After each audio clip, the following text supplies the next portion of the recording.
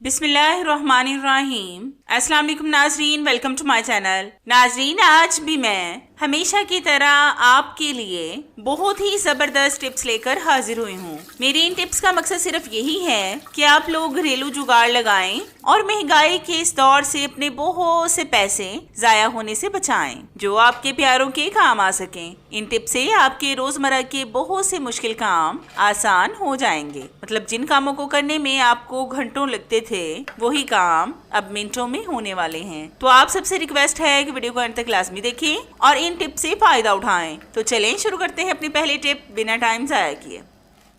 नाज़रीन, ये टिप मेरी खास तौर पर खवातीन के लिए बहुत ज़बरदस्त है। आपने अक्सर देखा होगा कि हमारी चूड़ियाँ ऐसे ही डब्बों में पड़ी रहती हैं। अगर ये चूड़ियाँ मेटल की हों तो एक ये बहुत कॉस्टली मिलती हैं और दूसरा ये खराब भी बहुत जल्द हो जाती हैं। कई दफा इन पर ग्लिटर वगैरह लगा होता है, वो उतरना शुरू हो जाता है। ऐसा तब होता है जब सारी चूड़ियाँ एक साथ इकट्ठी पड़ी हों। एक दूसरे के साथ लगने की वजह से इनका ग्लिटर उतरना शुरू हो जाता है। आज मैं आपको बहुत आसान और जबरदस्त सी टिप बताऊंगी इनको सेव रखने के बारे में, जिससे ये बिल्कुल महफूज रहेंगी। तो इस टिप को बनाने के लिए आपने लेने हैं इस तरह के पाउच। इसको हम थैली वगैरह भी बोलते हैं। अक्सर ये हमारे घरों में बहुत ज्यादा पड़ी होती हैं और हम इनको बेकार समझकर फेंक देते हैं। इसमें हम अलग अलग से चूड़ियों को डालेंगे। मैं इस तरह की छोटी मोटी चीजों को अक्सर संभाल के रखती हूँ, क्योंकि मुझे इनकी जरूरत पड़ती ही रहती है। इसलिए मैं इनको बेकार समझकर वेस्ट नहीं करती। मैं इनमें अपनी ज्वेलरी वगैरह भी रखती हूँ, जो मुझे जरूरत के वक्त जल्दी और सेवली मिलती हैं। तो आप देख सकते हैं कि हमने अलग अलग चूड़ियों को अलग अलग पाउच में डाल दिया है। अब आप इसको जहाँ पर मर्जी और जैसे मर्जी किसी डब्बे वगैरह में रखें। अब ना तो ये खराब होंगी और ना ही गुम। आप भी लाजमी एक बार इस टिप को ट्राई करके देखें, आपको इसका रिजल्ट इंशाल्लाह 100% मिलेगा।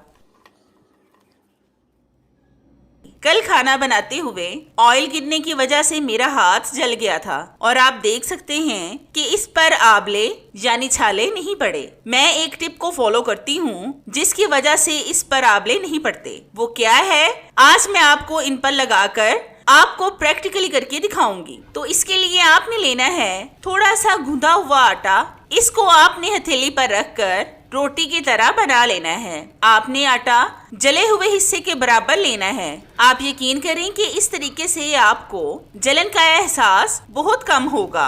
मतलब जब हाथ वगैरह जल जाए तो कितनी ज्यादा तकलीफ होती है, वो तो वही शख्स जान सकता है जिसका हाथ या पाँव जला हो। तो हमने रोटी की तरह इसको बिल्कुल बारीक कर लिया है। अब हम इस पर लगाएंगे थोड़ी सी टूथपेस्ट। इसको आपने इस छोटी सी रोटी पर उंगली के साथ फैला देना है। टूथपेस्ट ज्यादा कोशिश करें कि व्हाइट वाली ही लें, वरना जो भी मौजूद हो आप ले लें। अब हम इस आटे को जले हुए हिस्से पर रखेंगे और ये अमल आपने हाथ वगैरह जलने के बाद फौरन से करना है। इससे आपको बहुत सुकून मिलेगा। और आप ज्यादा कोशिश करें कि आटा फ्रिज का हो। फ्रिज के आटे से ज्यादा सुकून मिलता है। अगर आपका हाथ या बाजू वगैरह ज्यादा जल गया हो तो घरेलू टोटके ना आजमाएं, बल्कि डॉक्टर से रुजू करें। आपने देखा कि मैंने किस तरह से जले हुए हिस्से पर आटे को लगाया है। अगर आप भी फौरन से सुकून चाहते हैं तो मेरी इस टिप को लाजमी फॉलो करें। आपका हाथ या फिर पाँव जलन और आबले पड़ने से महफूज रहेगा। आप भी लाजमी एक बार इस टिप को ट्राई करके देखें, आपको इसका रिजल्ट इंशाल्लाह 100% मिलेगा।